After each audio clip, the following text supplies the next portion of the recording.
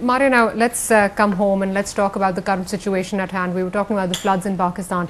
The United Nations has asked for 357 million, but the donor community says that they want blueprints of exactly how the money is being utilized, because they have certain objections to how the money was spent when it was given to Pakistan earlier on, whether it was the 2005 earthquake or the floods of last year. What do you think? It is justifiable for the donors to make demands, but when this money is coming to the United Nations, we must keep in mind the fact that these contributions are given to the UN as a result of multilateral diplomacy coming together for international relief and international disaster relief. And in this case, the United Nations is a member, it's a body which basically hosts member states. It does not host institutions of a country accountable, it hosts states there. And in this case, definitely whenever there is disaster relief, it depends whether it's emergency response they're looking for, and if it is emergency response, is it being dispersed by the United Nations itself, or is it being dispersed by certain government authorities? And in that case, they will have to mention what is it that they are looking at. And particularly at this period in time when the country is facing severe floods, this demand seems unreasonable, because this is not a question of accountability. This is not a peacetime venture in which they can sit there and do the bean counting and exert individual influence over various institutions in Pakistan. It's a question of what is it the United Nations can come and do in terms of promoting that. You see the last floods when they were there and how the United Nations worked. A lot of it, there are still question marks even being asked in terms of what kind of role the United Nations Human Rights Refugee Commission has been doing. What about the Afghan refugees, why they haven't gone back? What about the people who have been internally displaced? What has been done? And in certain cases, the UN bodies themselves come and work. But last but not least, I think one needs to be very clear about the fact that the UN cannot come out with individual demands on institutions. It can ask the states to report back, and those reports can be evaluated, but not at a time when it is supposed to be doing emergency relief. Right. Kokab, now I'd like to toss back to you in Washington. I believe you have a question for Ambassador Mahmood.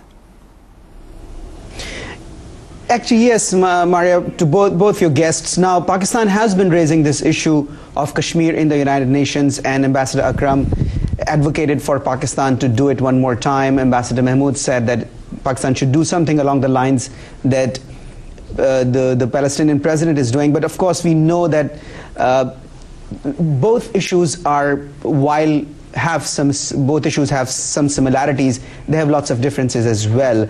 Now, what else should Pakistan do at the United Nations to bring Kashmir to the forefront? What else does Pakistan need to do? Would you like to go forward or should I? Yes, I say something. Okay. I think there are two aspects of the Kashmir issue. One is the political and other is the human rights aspect.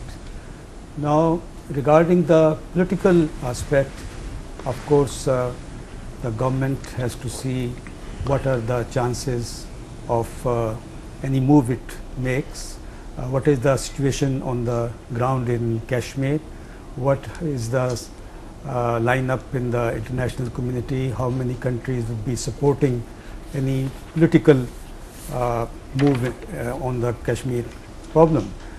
But as regards the human rights issue, I think that is very clear, that on this there can be no two opinions, that there are massive violations taking place of Kashmiri people in the Indian occupied Kashmir, and Pakistan should not hesitate to raise this particular aspect at every forum available to it.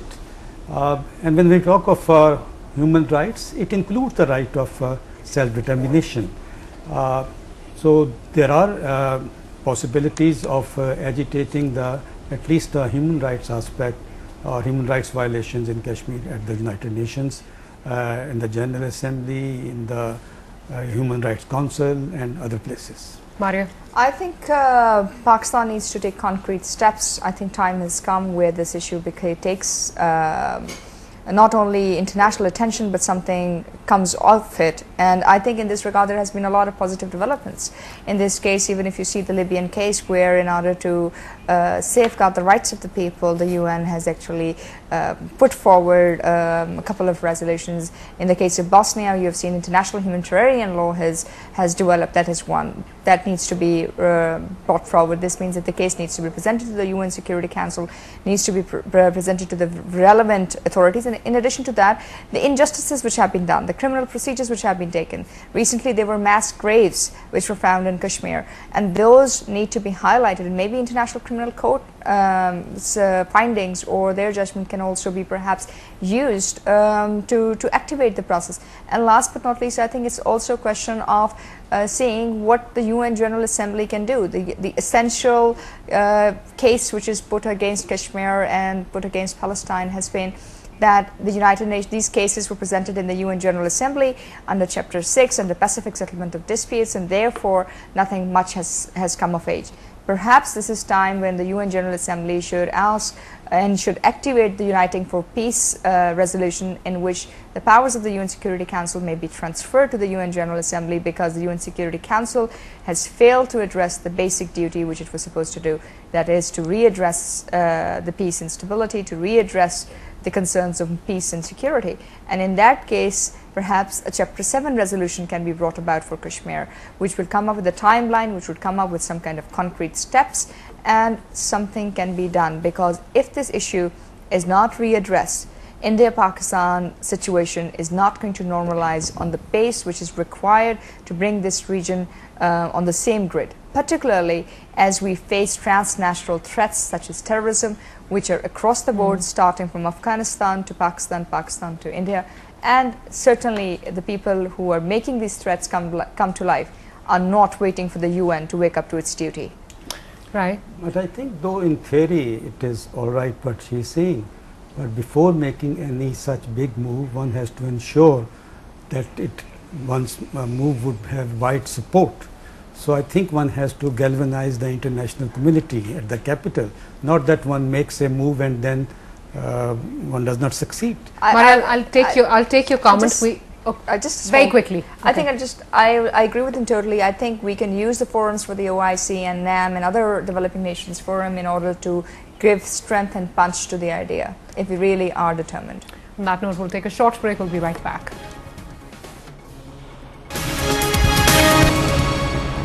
Welcome back. You're watching The Platform, and we are talking about the United Nations and its role.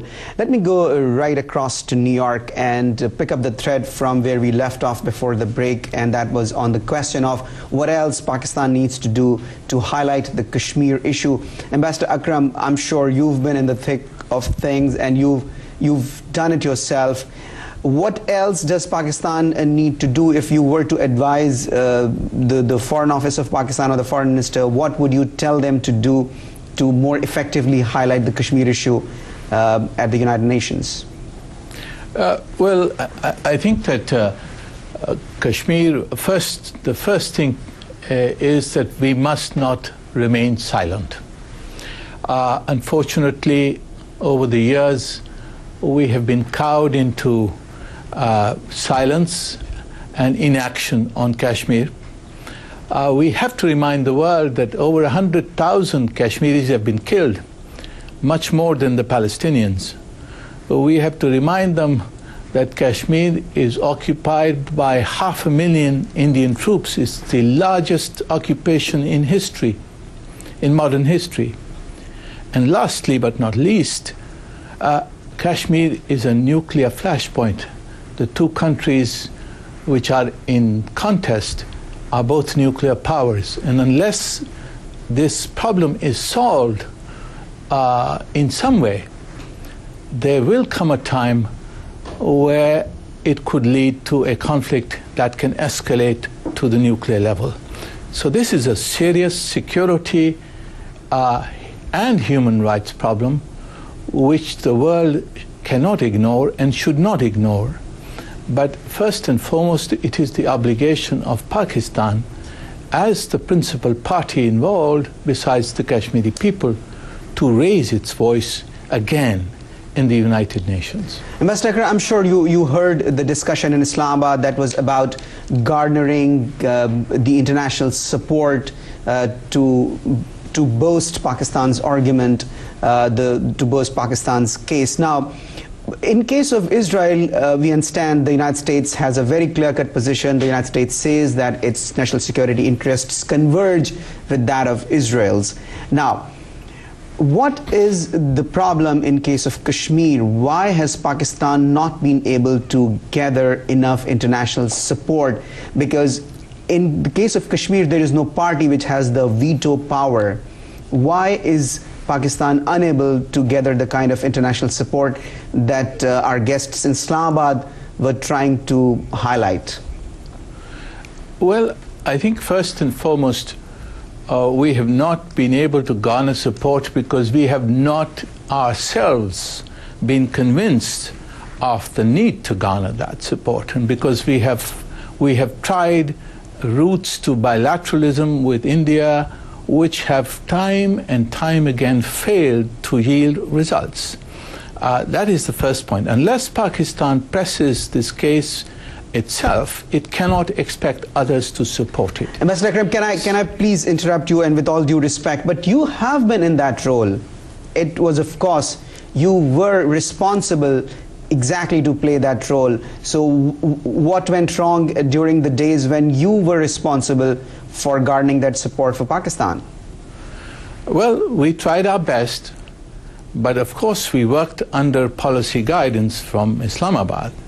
And there were times that we needed to raise this issue and we could not. But I have raised it in the Human Rights Council, in the Human Rights Committee in the General Assembly, and even in the Security Council repeatedly. But it has to be followed up. It has to be pursued vigorously by the government, and it has to be pursued with the Islamic countries, with the non-aligned group, with the major powers. And that is a process, and it has to be followed consistently and with full conviction. And that, unfortunately, we have been lacking in that respect.